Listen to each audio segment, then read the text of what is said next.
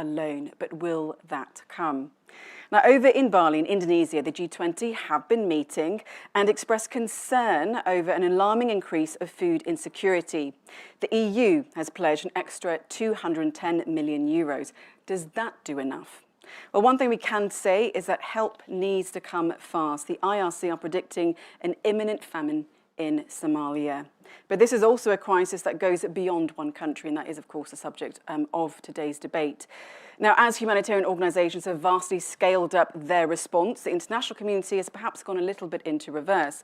Oxfam, for example, says only 3% of the total $6 billion pledged under a 2022 UN humanitarian appeal for Ethiopia, Somalia and South Sudan has been funded to date. Now, aid agencies warn that waiting for a formal declaration of famine that could potentially galvanise the international community could be far late to save lives. So what can be done? Well, let's ask our experts. But first, we're going to have a keynote statement by Shashwat Sharaf. He's the Regional Emergency Director, East Africa at the IRC, who joins us remotely. Shashwat, please go ahead.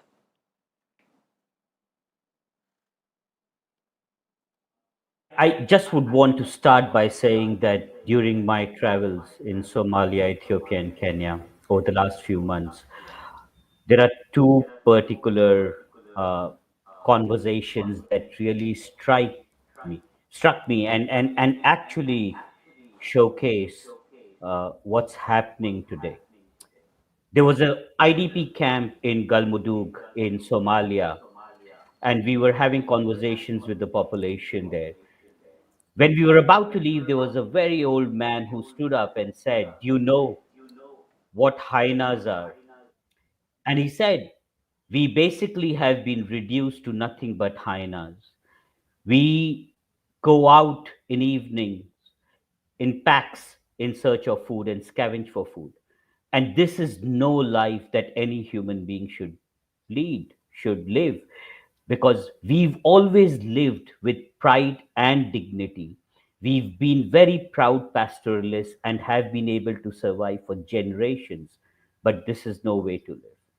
And on another count, there was another young mother who said that I've already lost two children because of malnutrition. And I have a third one who is also severely malnourished. And I've come here just to make sure that my third child can survive and can get the adequate treatment that is required. This to me sums up what the situation looks like today in East Africa amongst a lot of pastoral, agro-pastoral, and farming communities impacted by drought. I would want to round it up by just putting forth some hard-hitting facts and numbers. The way we've seen the drought progress just between November 2021 and August 2022, less than 12 months, we've seen severely food insecure households in Somalia increased from 2.3 million to 7.8 million. In Ethiopia, from 6.8 million to 8 million. And in Kenya, from 1.4 million to 4.1 million. Today, we are talking about 7.4 million children who are acutely malnourished. And I think this is a cause for concern for everybody, all. And we're already talking about a forecast of below average fifth rainfall. We are already talking about near to complete depletion of livelihood assets for the impacted population, and difficult to imagine. It's difficult completely to imagine how the population will recover and rebuild. So in the end, I would just want to say that the resilience of individuals, households, and communities today is hanging by a thread. Thank you. Thank you, Shashwat. Those are some really sort of horrific stories, and I'm sure lots of people that work in the field that you work in hear almost daily. If I could, a quick follow-up question. With the scale of the crisis so huge and the needs being so massive, where do you even start? Can you sort of paint that picture for us? So the first bit is that despite the intrinsic uncertainty of the rainfall forecast. We know that there is a solid certainty about the urgent need for global support and solidarity avert to avert a famine. And I think that's the key. But where do we start? I would say the 7.4 million children who are acutely malnourished need treatment today and not tomorrow. And I think that's where we start. We start by making sure that there is access to water for households so they don't have to abandon their houses and move into camps, into urban and peri-urban areas and live in camps today and continue to live for weeks and months just to make sure that they have humanitarian assistance, basic food, water, and shelter in situations such as this. So my call is that we cannot and must not wait for a famine declaration and for any additional rainy seasons to fail. We just need to act today. Thank you. Thank you so much, Ashwath. Okay, well, that was quite a key introductory statement. And let me now introduce everyone to our panelists. We have Andrea Koulaimah, who's a director, Sub-Saharan Africa, Asia, Latin America, and Pacific at DG ECHO at the European Commission. Welcome. I also need to point out that she does have a bad back. So if you do see her standing up and walking around, do not mind it. As someone that also suffers from back issues, I completely have solidarity with her today.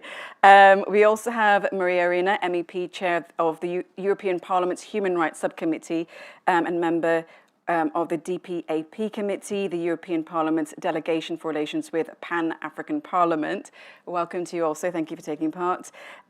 Joining us online, we have Fouzia Mohamed Ali, who's the Operations Director at GREDO.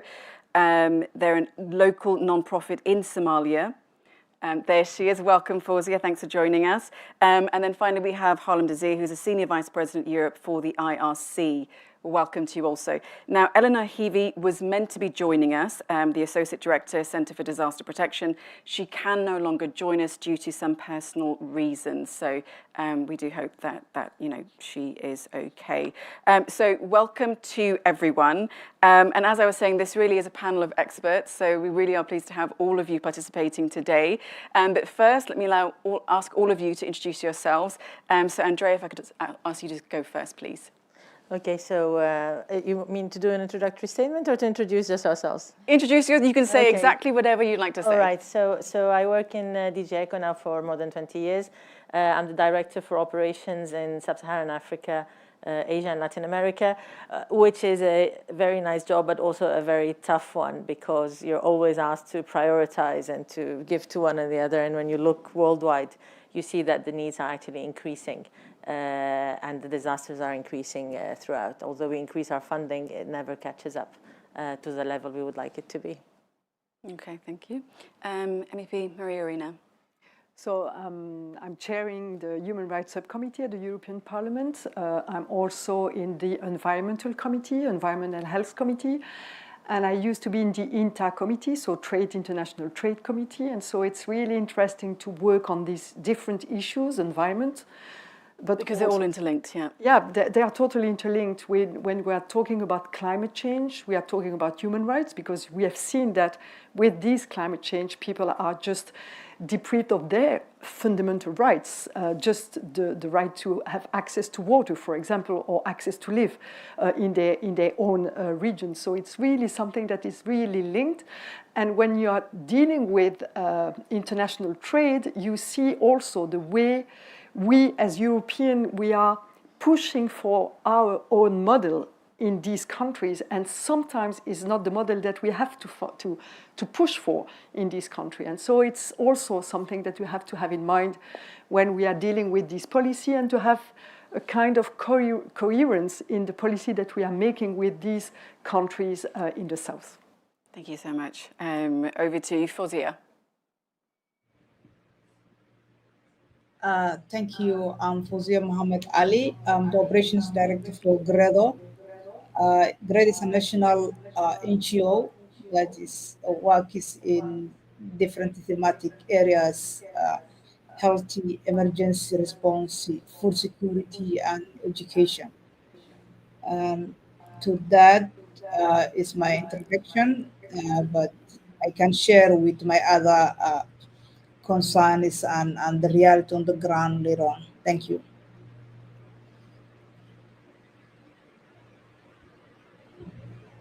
I'm Senior Vice President Europe of the IRC. We are working with our colleagues in 40 countries in the world, supporting them, doing fundraising, policy and advocacy in Europe. We also have different offices and programs in Europe to welcome refugees in Greece, now inside Ukraine, also in Poland, in Moldova, and also since 2015, programs to support the integration of refugees in Germany and more recently also in the UK. Thank you so much. Okay, well, let's open up the debate then. Harlem, I'm going to touch upon what Shashwat was talking about there, his travels in Somalia, where he was saying people are basically reduced to hyenas, 7.4 acutely malnourished. When we, when we're hearing all of these, really horrific things, these horrific stories, and people lacking their dignity, what would you say is the root cause of the failure to act when it comes to East Africa? This is a question for me.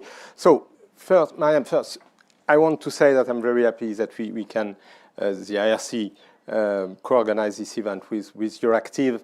I was in the region a few days ago. I was visiting Somalia. I was in Mogadishu and in Baidoa.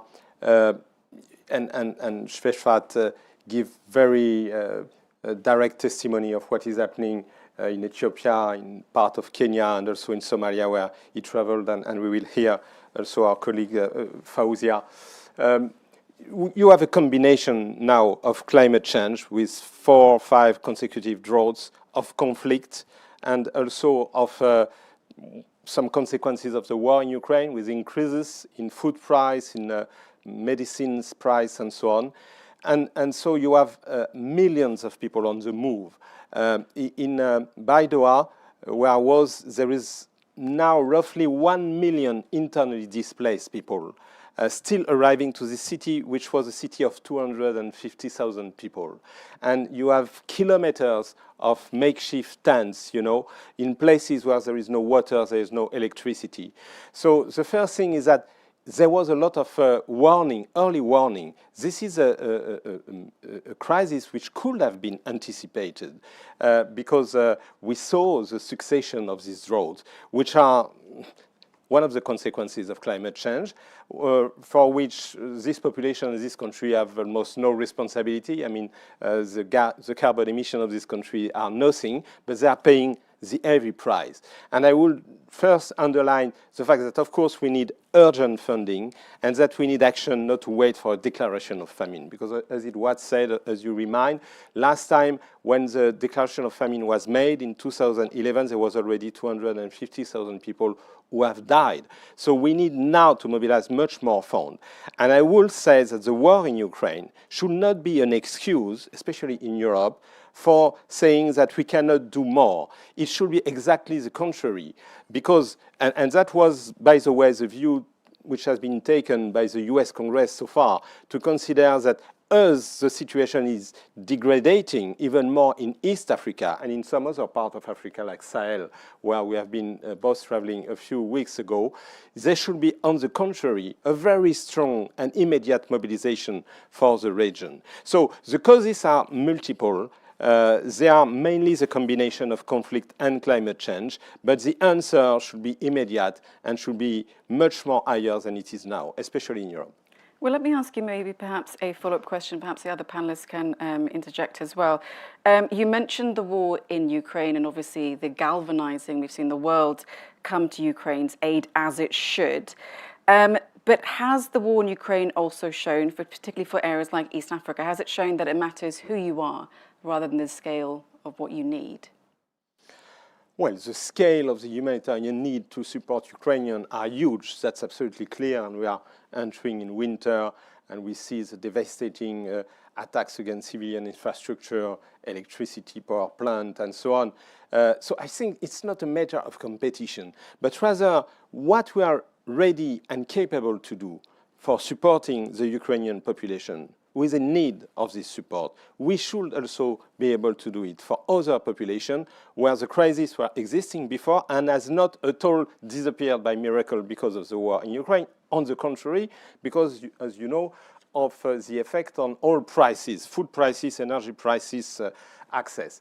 So it's first, it's a question of humanity, it's a question of moral. I think Shefrat was right to say that the departure point must be the fact that there is 7.2 million or 4 million children who are in situation of acute malnutrition. By the way, he often also raised the point that, you know, we have classification, and like we say, IPC 3 is just before famine. It's IPC 4 or 5, which is considered famine. But IPC 3 means that it's millions of people who are already food insecure, who are already suffering for hunger. I've been seeing in our clinics in Somalia the increase of under 5 children with acute malnutrition syndrome.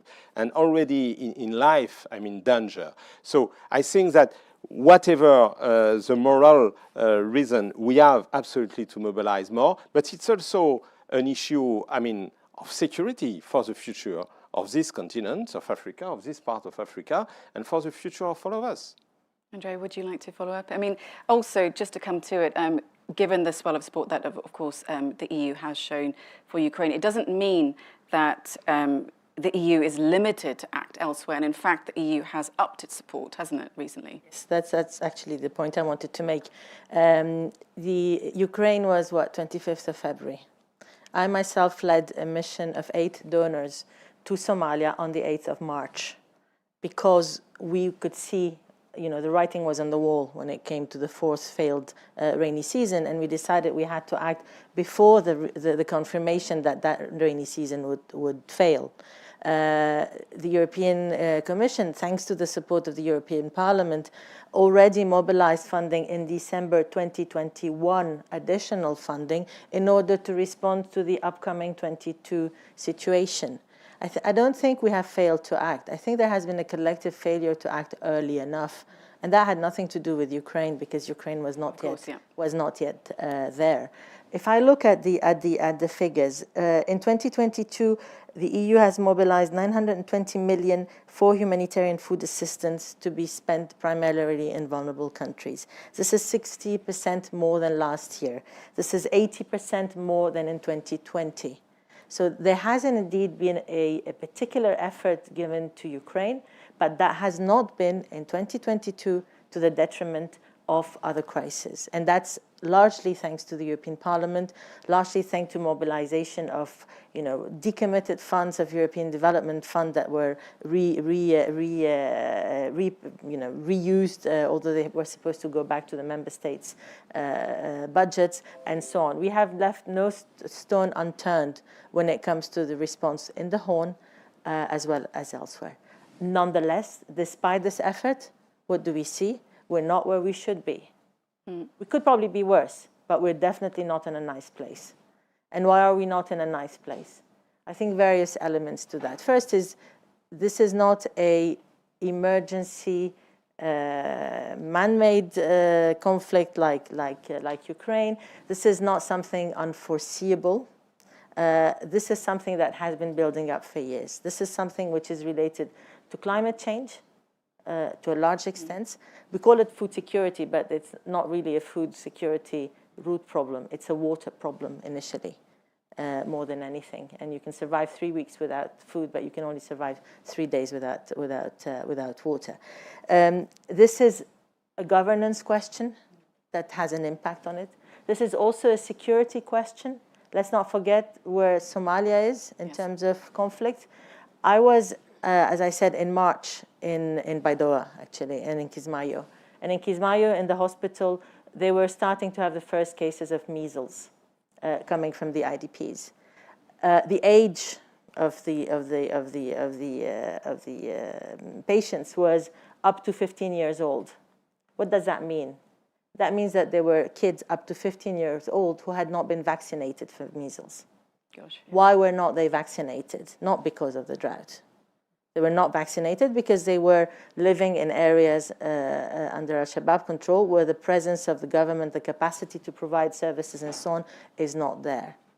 So these are complex issues which we will, to be honest, I think we will always fail to act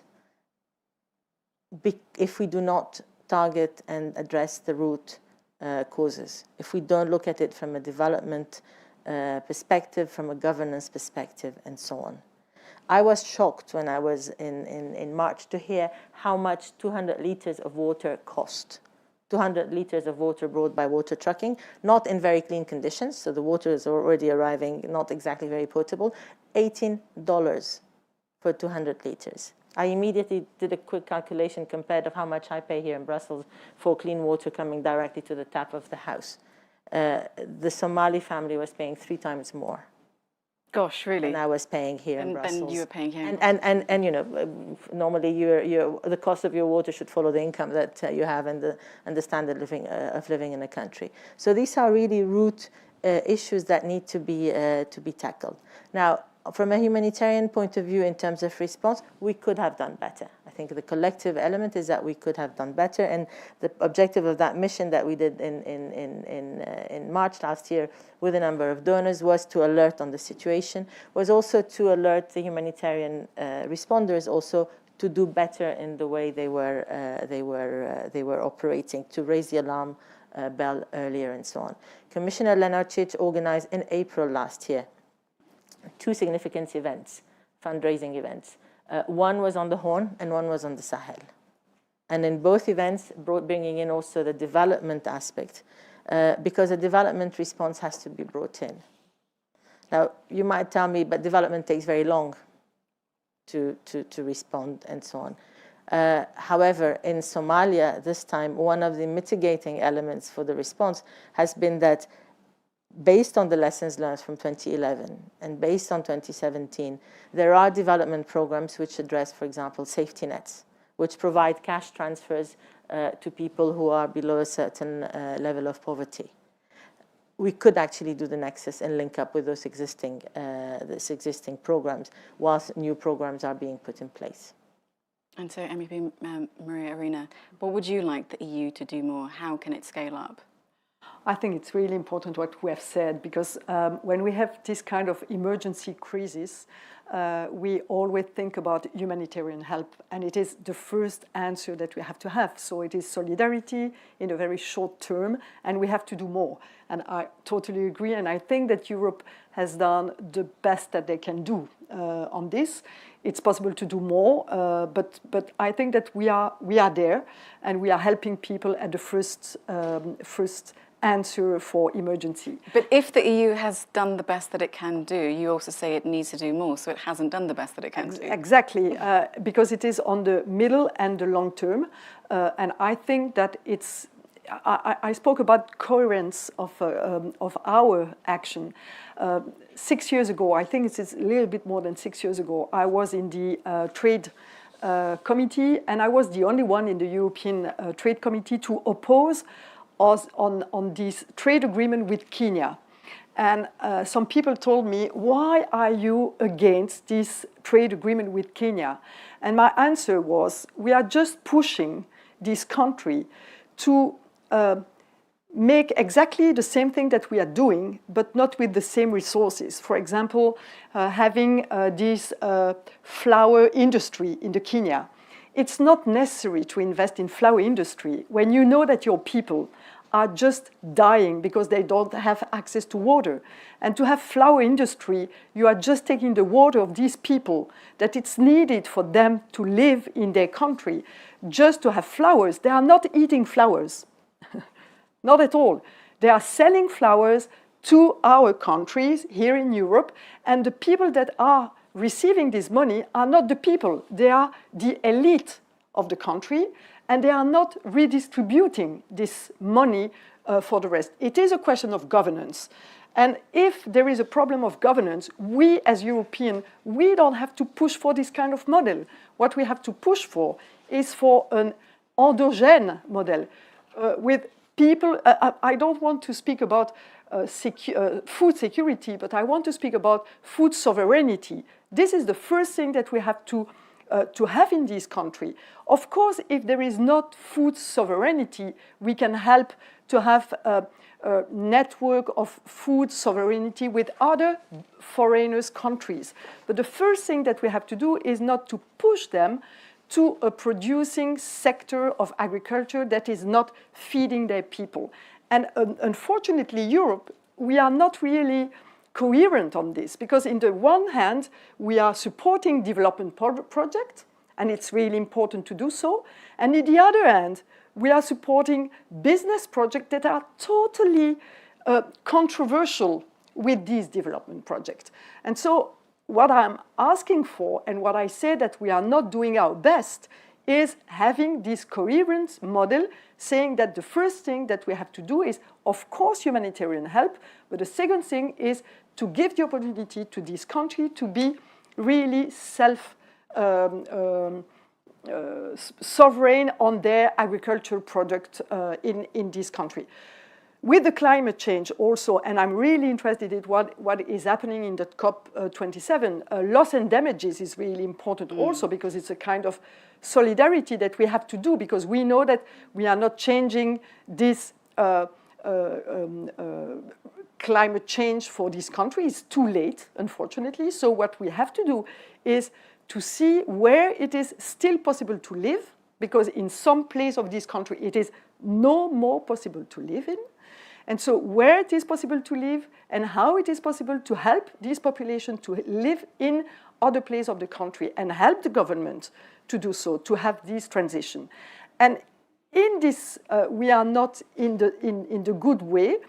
For example, we are thinking for the moment at the European level how it is possible to guarantee that we will have batteries and access to raw materials in these countries. We are not thinking about how they can live. True. We are thinking about how we can live with their materials. And it is another cycle that we are putting. So the people are secondary. Exactly. And it is another cycle that we are putting as Europeans, saying how it is possible to have these resources without protecting these people. And having these resources will use water. Because if we need lithium, if we need raw material, it will need water for us, not for them. So we are always in the same way of thinking. And I think that we have to change this way of thinking when we are dealing with Africa, but not only with Africa, with other countries. Because if we are not doing like this, we will be in emergency crisis years after years and after years, and we will put more money on this, and it will never be enough. Never be enough. I think that's an important point that you raise about having that, international partners. First of all, they don't necessarily see Africa as a partner. I know the EU has recently changed, in recent years, changed its language. But we can say the international community have taken a lot from the continent. Fouzia, if I could bring you in, do you believe, you've heard a lot from the different panelists, but do you believe that the international community really wants to help people have their dignity, have their basic rights, access to water? I think the intention is there, but sometimes it's too little, too late. We are talking about the 50 failed season, and people here, they live on farming, livestock, and some of them on fishery, which is the only sector that is not well invested but could survive in such climate affected issues that had come. The EU has pledged and donated to some extent, but that would have been helpful only like if 2022 we had enough rain, and that 60 million would have helped people to recover. But we are talking about after that another 2 seasons that had failed, moms and her children walking 200 kilometers so that they don't diminish all of them in one locality, so that they can go where they think that they can get support. And unfortunately, what we are seeing on the ground in Baydaba, which my colleague IRC had visited and has seen on his own eyes, that this overcrowded makeshifty, which is not even, a natural, makeshifty. It is like something that doesn't help them with the sun or the cold. And sometimes the data we have, it is not talking on the reality on the ground. We have malnutrition children that some of them, when they visit on our centers, the next visit is some of them we don't see them because they already died, and it's unfortunate children under 5 that had impacted highly. And what we see in Somalia and also in the East Africa is very frequently that it has become a yearly basis now, the drought and other incidents that happen. So in Somalia and East Africa especially, the drought, the COVID, the war in Ukraine that has also impacted, the food chain. It has put them in a situation where people cannot afford. We are talking about people who make less than $1 a day. A family of 5 to 6, 7 that, when the father or the mother comes to try to make a living, and they get $1 or less, and with the high skyrocketing of living expense, it's hard for them. And it's also hard to face your child when it's angry and you can't feed them. It affects their pride, it affects them mentally, and also with these healthy issues that comes because of poor nutrition. So that is basically what is on happening on the ground. But more can be done, and the sooner we respond, the better. We are on the front line. We see on day to day. We go try to reach hard to reach areas where access is close to impossible. However, when we go there, we don't have enough of what the people are need. So sometimes it's even hard with going with the criteria who to select and who not to select to support them, because to the situations we see there, everybody who's there is in need. But we have to do selection and say who's on a priority, which is unfortunate, and it breaks our hearts. To you.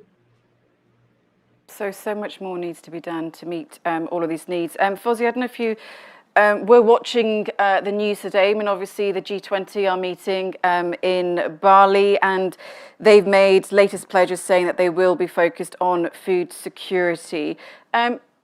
For you on the ground, do you think that the G20 can be effective in countries like Somalia? Or is it too cynical to say that perhaps this is just talk, especially given that one of the G20 members is Russia, a country that their invasion of Ukraine has caused a lot of the current food scarcity that we are seeing today? I think it's something they can be done because, as we know, Somalia and other the countries in the Horn, they contribute less than 3.5, especially Somalia. We could say we even contribute less than 1% of the climate change. And yet we are being affected mostly. We have, people who have lost more than 70% of their livestock. And that was the main sources of income for people to live on.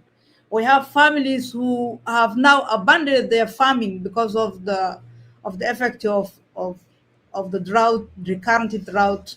And also here we have seen donor fatigue because there wasn't a strategy to address people who are more affected the climate change. But I'm happy that now the discussion is there and some action is hopefully will be taken, and it's not just a talk of the talk, but actions will follow, so that we can't change what has happened, but we can mitigate the impact, and that's one way that people can take responsibility of their actions, and at least stand with other people who don't have economically are not viable to survive through this climate change. So Fouzia, though, talks about those two horrible words, donor fatigue. Harlem, what can a G20 statement really do to galvanize aid and support? Well, I've seen that the European Commission has announced a new fund of 210 million euros for 15 countries most affected by a food crisis, and this is in top of the 8 billion special fund for 2020 to 2024.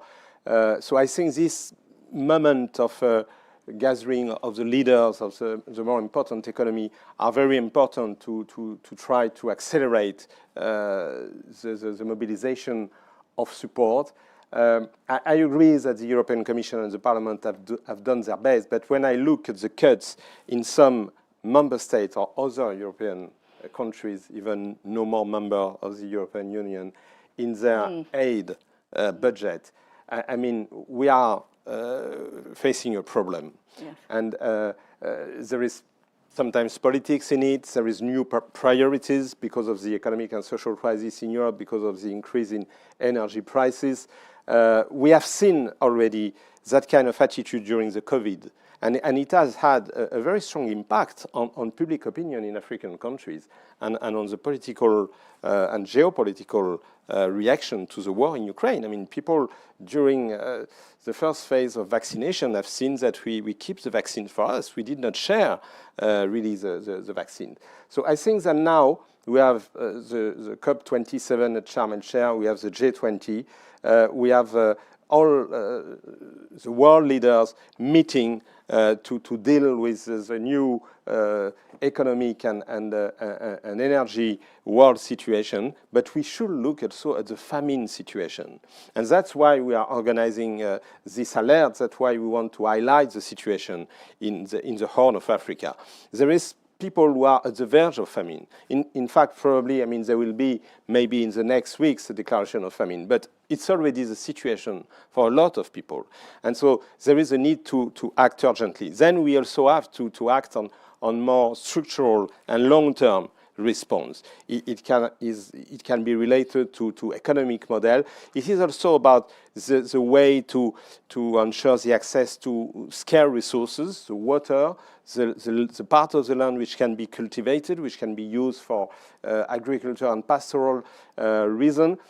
A lot of the conflicts in Sahel, in the Horn of Africa, are increased by climate change because of this scarce access to these rare resources. There is also, and I suppose that Fouzia could speak about it, in Mogadishu, like in Baidoa and other places, now a urban crisis in many of these countries. It's a huge change. I mean, people who are living with a very high level of dignity from rural and agriculture activities. Now they are in urban places.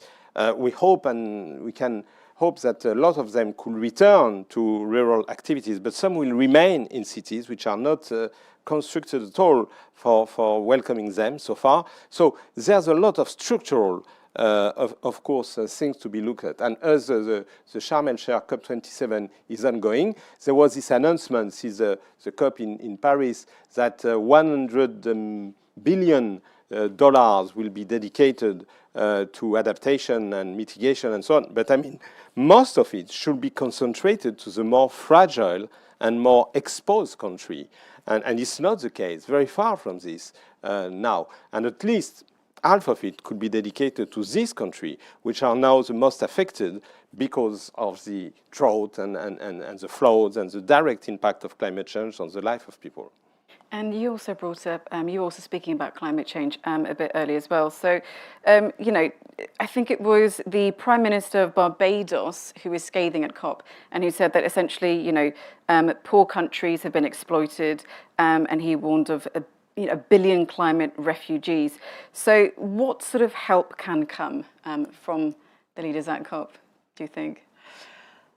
It's really difficult, because I was just thinking, hearing from everybody, and I was just thinking, we are asking for more to different states to have more solidarity. And what you said, Harlem, is we are asking countries where they are facing different crises, energy crises, for example, here in Europe, and we have to tackle the price of energy for poor people also here. And we are asking this country to be more solid, have more solidarity for the southern countries. And I say, what about companies? That is an interesting point.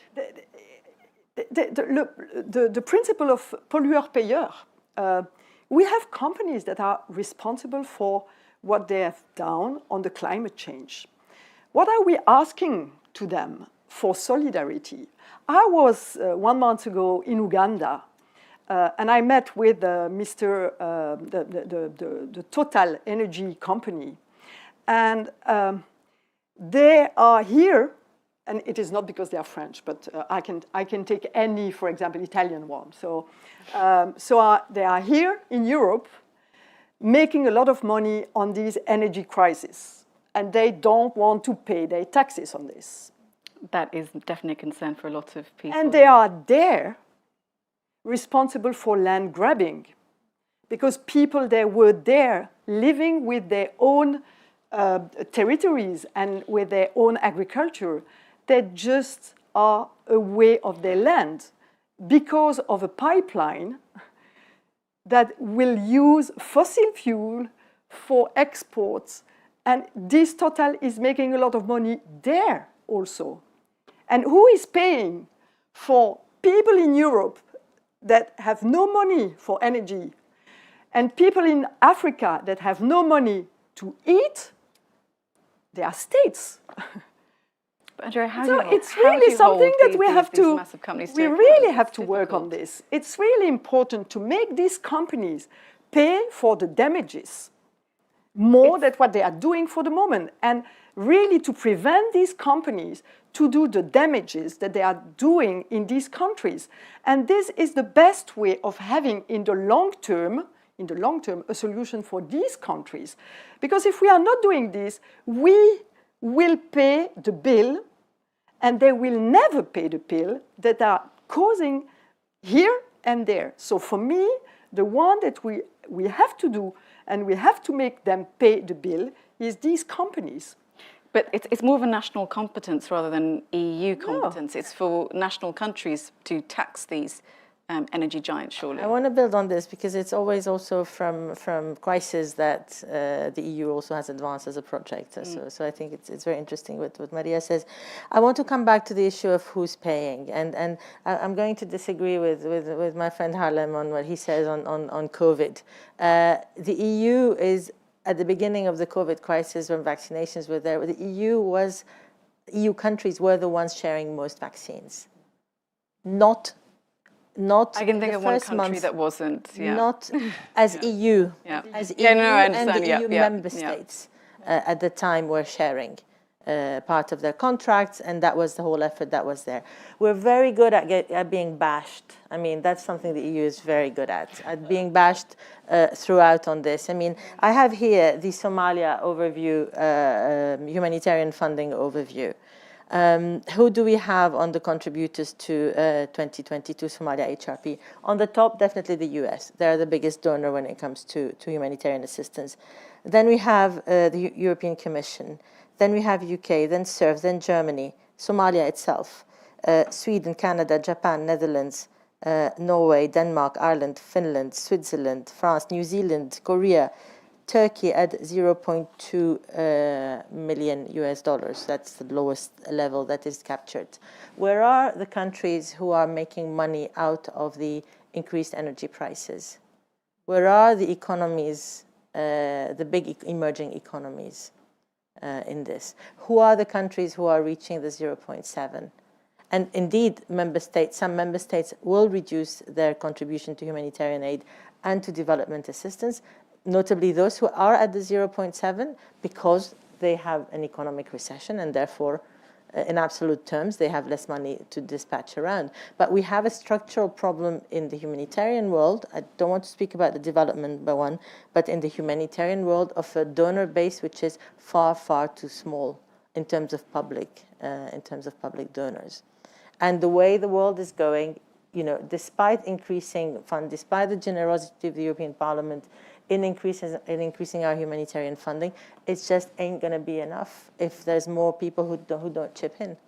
Harlan, would you like to add your thoughts to that one about the donor base being too small then? And No, how I you can expand agree. And upon if it? you look at the donor and the aid budget in general, including development budget in the EU, you have very few member states who respect more or less 0.7. Very few really respect it.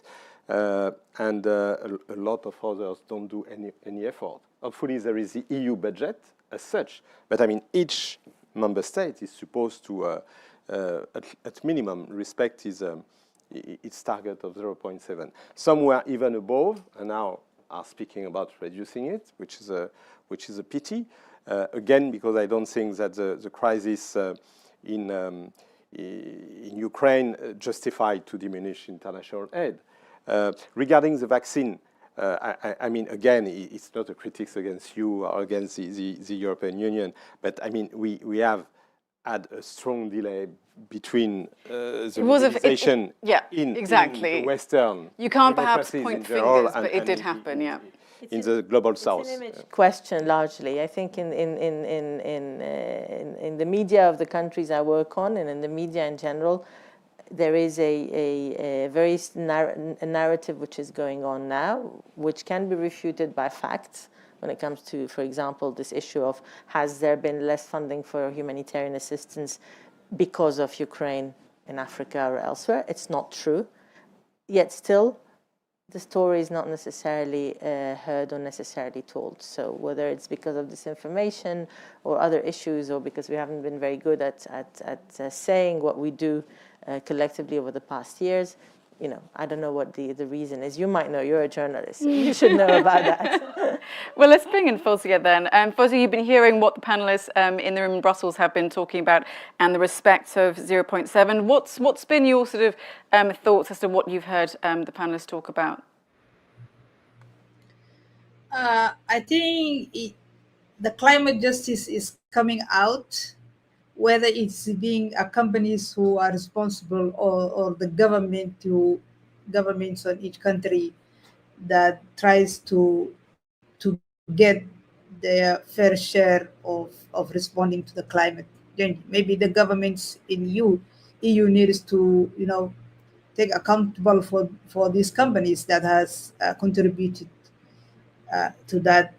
But in general, right now, what we are asking is that an immediate response with reflects on the magnitude of the crisis, and also a development that follows, so that people can be cushioned on any other shocks that comes in. There is lack or not enough water resources, like this 1 million IDP camps that you have seen. They live on a small city that had already had depleting water resources. And now with all this population, it gets to a point that some of the days there are no water in Baidaba, which hosts this huge 1 million, close to 1 million IDPs. So water infrastructure investment is important. Investments on innovative way to cope and mitigate the climate change that also includes smart farming and other agricultural investments is important. We also need to look also how will people recover health and nutrition, protection, which we are talking about that much people who are in overcrowded places where they have been uprooted from their homes, where they have right and protection, and then they came to these crowded IDP places which doesn't have walls to protect them, and they are not in their clans and families to protect them. So a protection issue is also there that needs to be addressed. And also, peace and good governance is something needs to be looked at. Some of those impacts could be minimized if there was a good governance structures that are there. People could have predicted, what is going to be the situation in the coming months if there is a structure in place in those areas. So, good governance and peace building is also another way that we cannot overlook. Otherwise, we are going to be addressing a cycle of, of crisis. To you. Thank you, Fouzia. So just to pick up on Fouzia's last point about peace and good governance, how can you sort of, perhaps Andrea, this is a question for you, how difficult is it to get involved, to provide that much needed humanitarian support when you have these countries, the realities on the ground in these countries where you have armed conflict? How hard is it then for the EU, aid agencies, everyone just to get involved and to actually not only give people the help that they need, but also give yourselves the security as you go around providing that aid as well? It's difficult, but it's possible. I think that would summarize it. It makes it more costly as interventions. You have to manage the risk which is involved in those interventions, but humanitarian aid is unconditional. And humanitarian aid is provided through certain channels which are trusted, which are the UN, the Red Cross movement, international NGOs, and their local partners. And I would really like to insist on the importance of the role that local NGOs play into this, because humanitarian aid has to provide it regardless of the political aspects. It makes it more difficult. It makes it less sustainable, because we've heard Fouzia, water in Baidoa, humanitarians can do small type of forage to get a bit of water, support water trucking, and so on. But they're not going to be able to do big investments which are needed in order to maybe desalinate water or do other things that are needed in a place like Somalia. I mean, it's not like you have multitudes of rivers. We do our little bit on that. I mean, we are funding now since 2 years 2 partners to do the river management of 2 main rivers. So at least those rivers don't flood, because that was also the thing. The irony of it is that you have a drought situation, but then when you have drought, you have flash floods.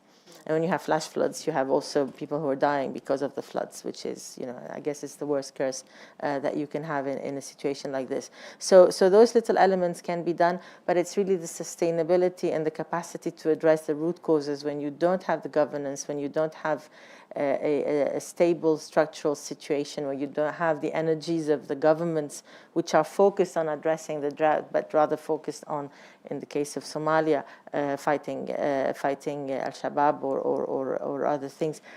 It's very difficult to have an exit out of a crisis response. To limit the level of response you have to do, because you don't have the same level of suffering, and to address things early. One thing that struck me at a panel at the European Parliament a few months ago was an NGO colleague from Somalia who was talking, and who said that unfortunately the situation had gotten so bad that they had to stop supporting the hungry in order to save the starving. Which means that you end up in an ethical choice as to the resources you have, that if you want to do what makes sense, which is to act early, anticipatory, address those people who are in IPC3, who are in crisis situation, rather than address those who are at the brink of famine, then you're making it an ethical choice, which is a very difficult one. But you know that if you only focus on the most acute needs, then you're going to allow the situation to deteriorate. And that's what the scarcity of resources leads in terms of difficult choices for the. And our conversation has sort of gone full circle now back to this idea of giving people their dignity. So if we're not just constantly just papering over the cracks, responding to the immediate needs, where should the EU be putting its long-term planning into? How do you even do that? Where do you start, or how is the EU doing it? So I think development is important. So we have to reach more money for development, not only at the EU level, but also to the member state level. So this target of 0.7 must be the target for each member state. So we have to push for it. When we are speaking about the target of having more money to the NATO, it's easy. when we are speaking about the target of money for development is more difficult. So I think we have to push for it at the level of member states to have more money for development aid, because as we said, the more we are dealing this issue in the emergency, the less sustainable it is and the more expensive it is. So it is also a question of efficiency to be more at the beginning of the situation and having this development project. And also because when we are in the political and development project, we are dealing with bottom-up answer.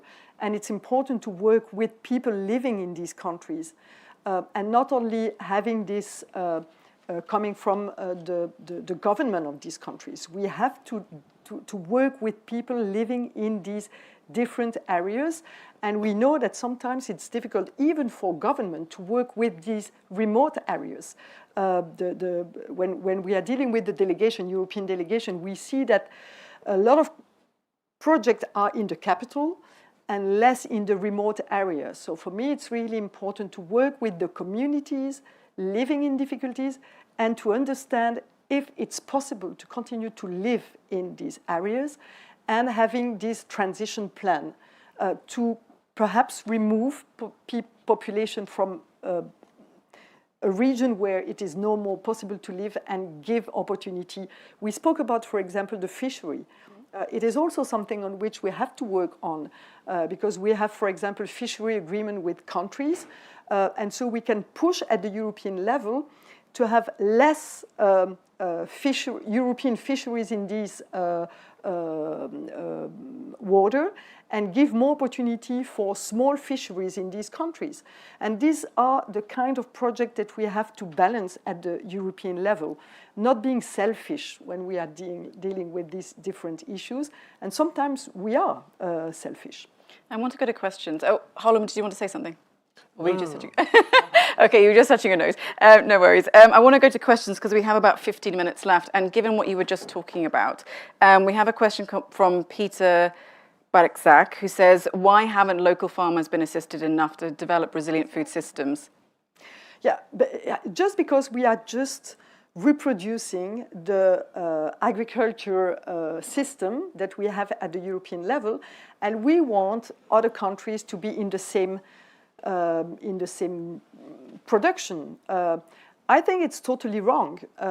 The CAP is not functioning at the European level, and I think that it won't function at the African or other countries level. So we have to change this. And for example, when we are speaking about food security, FAO is speaking about fertilizer. I don't agree with this mechanism. I think that we have to promote little farmers in these countries and giving them technology, because it's not a question of leaving them alone, but also giving them new technology to have more efficiency in their farm. But we have to support them more. And the problem in development project, we are doing it. Of course, I was in Benin, and there are a lot of projects in small agriculture system. But in the same time, we are supporting with Benin these trade agreements with very heavy agriculture farm. And these are destroying the other because they don't have the same efficiency. And so what I'm asking for is more coherence in what we are doing and not doing things that are destroying the development mechanism. And this is really difficult sometimes because in Benin, we need to have the cotton from Benin. And so we are interested in having big plantation of cotton from Benin. And so we are supporting them in this big plantation. But if we support them in big plantation of cotton, we are not supporting the little farmers for their own sovereignty in the country. And so we have to understand that it's not compatible to have both. And it's interesting because you also brought up the fact that we take their batteries, but then, you know, as you were saying, we don't give the farmers the technology they need to progress and to go forward as well. Exactly. Harlem, you wanted to say something? Yes, because our mission is to help people to survive, recover, and regain control of their future. So we are the ARC, a humanitarian organization, but in fact, more and more of our program are also long-term program, and it includes a lot of agriculture program. For example, contributing to the Great Wall in the Sahel, helping. I was in Central African Republic where we have a program where we help people to grow new cattle so that they can recreate livelihood. We have been speaking about all the cattle who died in the east of Africa, and there is a lot of question about how to support people to develop new agriculture activities, have access to water, and regain a real control on their future. And that's right, that at the same time that we have to look at the emergency, and here it's very high, we have also to work on prevention, because as Maria said, all investment in preventive, in long-term kind of action will diminish the costs anyway of supporting people in need later, and will be very much more efficient. So of course, in countries where there is conflict, it's much more complex. That's also one of the reasons why in Baidoa there is roughly 1 million internally displaced people. It's like an island in a region which is controlled by armed groups, and where people go because there's no water elsewhere, and it's the only place where they can have humanitarian access. But we have to think of the way we will help these people to regain a real normal economic activity. And it will mean a lot of investment in thinking of the new kind of agriculture, and not an agriculture which is mainly oriented through exportation, but which is mainly oriented through people's dignity. There's a question here that actually feeds into what you were saying. It's from Joy, who says that rather than making the drought-stricken countries depend on aid, wouldn't it be more effective to give longer-lasting solutions, for example, investing in seedlings that are drought-resistant wells, flood-resistant structures, supporting innovative ideas like that? Perhaps, Andrea, you could take that one. No, certainly. I mean, I think that question is spot on. You could take it one step further, urban management. Why do we have a problem in Baidoa on top of what you saw is because the people who left in 2011 because of the drought of 2011, the people who left in the 2017 drought, those people are still there, and they have not been able to graduate out of poverty. So when this strikes again, on top of the old displaced, you have the new displaced who arrive, but the new displaced are, of course, more destitute, but the old displaced are not in a very nice place either. So that ability to actually find durable solutions is extremely important. Water desalination plants, elements like this. But for that, you need to have also a government who is able to put together a development plan, which is a longer-term plan. So that also it's a place, so that investment can come, because that requires also private sector investment and so on.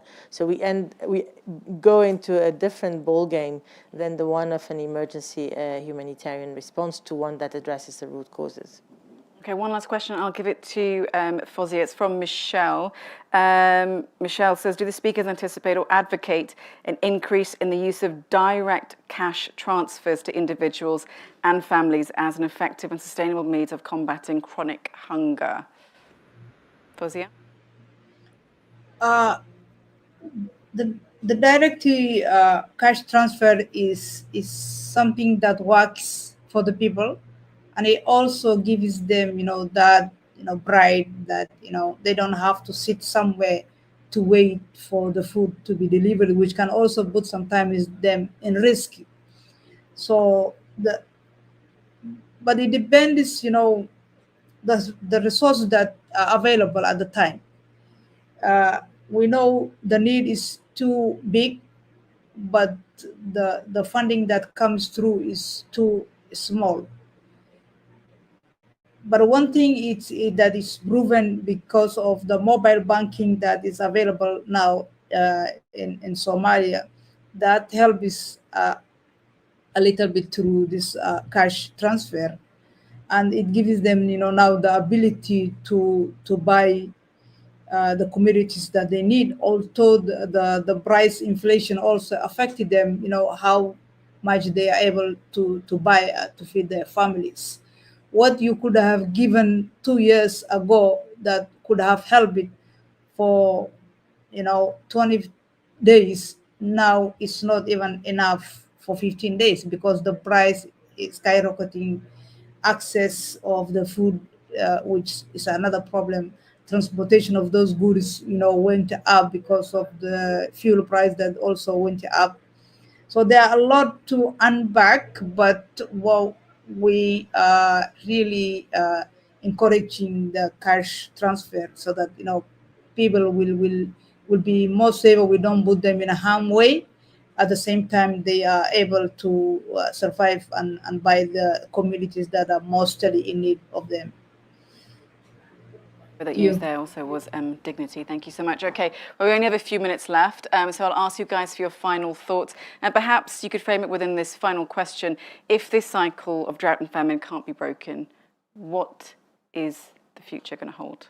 Andrea, please go ahead first. Okay, I'll maybe start where Fouzia left it on this issue of cash transfers. I think it's a very important tool to respond, and I think a balanced humanitarian response is one that combines cash transfers because they give that dignity to people, because they also contribute to markets and to agricultural producers being able to sell their things. But it has to also be combined with basic access to services. Water, medical assistance, and so on, which cannot be bought with cash. That service element has to be done. The way to break this cycle is through development. Is through the countries affected developing a vision of where they want to be. Do they want to maintain a model of livestock, which in parts of the country may no longer be possible? Do they want to give it up? Do they want to find a third way in between? It has to be an owned decision and an owned orientations in those countries to which the international community should just be there to support. In the immediate emergency, what is very much required is to increase the level of funding that goes to these countries. Through donors, and if the Parliament gives us some more money, we will certainly use it. But not only through institutional donors, also through the public, through better use of the diaspora money. We haven't spoken about the diaspora, but Somalia has a very strong and vibrant diaspora, trying to get all these energies to be channeled together, and through expanding the donor base within the EU, but also outside the EU. Thank you. Maria Arena? I think that we need to work more, and I was really interested in the COP27 on these loss and damages, because I think it's really the way we have to think about new solidarities with this climate change and the countries that are really suffering more. Because it forces change. Exactly. And so it is just to accept that in some case it's too late, and so it's important to compensate, to help the transition, and to help this country to find a way, because I totally agree with you. They need to find their way for the future. But we are responsible for part of it, and so we have to pay for it. So this is really important, and I'm really also interested in the what they will take as decision in the G20 on this. So it's a global responsibility that we have to support, and as Europe, we have to be leader on this. I think it's important because Africa is really our neighbor, and we are responsible for a part of what is emerging in Africa. So it's really, we have to be the lead on this. Thank you so much. And Fouzia, your final thoughts? I think it was said enough, but the immediate response is important. And what I can add is we cannot also forget about the development, which is something we believe that can break the cycle, and it will be remembered when people are supported at the time of need, and even though the one who helped it may have forgotten, the one who is helped it is never forgotten. And this situation and the crisis yeah, it really needs, you know, all hands on the deck. There's no one single country that can support all the regions that is affected by the climate change and also these other incidents that are always coming back. So I encourage the European Union to take a bold step and be the leader on this one. Yes, we know the United States is very, you know, a big donor on this one, but we also, you know, count on the European Union and because they are wealthy countries, and we are hoping that as much as, you know, they also have to address their citizens' needs, but this is their situation that needs, you know, immediate response. To you. Thank you so much, Fouzia. And final words to Harlem. First, thanks to all participants and to you, Mariam, for this debate.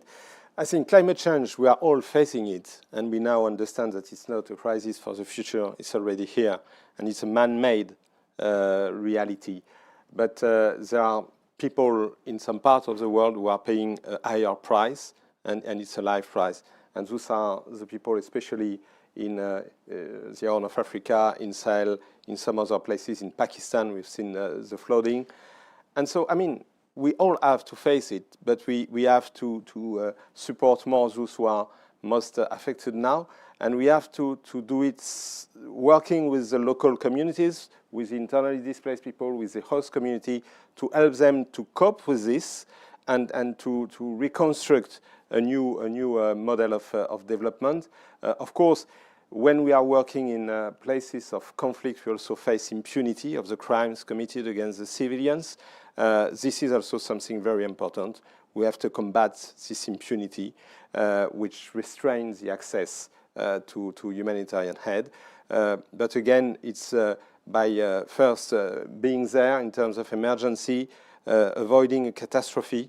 We are really at the verge of a catastrophe in this region, and then working with the community about prevention, because we have successive droughts, so we could see that this will arrive, and we see that these droughts, the droughts of now, will have consequences for the next harvest and so for the next years. So we have to work now on preventing and on helping this community to cope with this new reality.